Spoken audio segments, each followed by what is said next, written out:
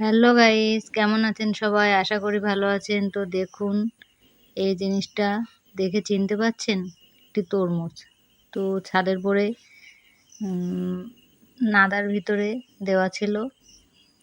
মানে তরমুজটা হাট থেকে নিয়ে এসেছিল। সেই তরমুজটা খাওয়ার পরে সেই বীজ নিয়ে নাদায় দিয়ে দিয়েছিলাম।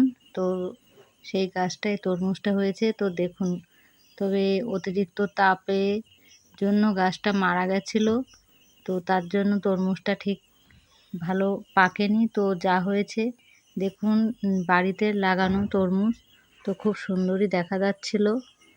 তো খেতেও একেবারে মানে ভালোই মিষ্টি লেগেছিল। তো এই সন্ধ্যেবেলায় আজকে সেটা কেটে খাওয়া হবে।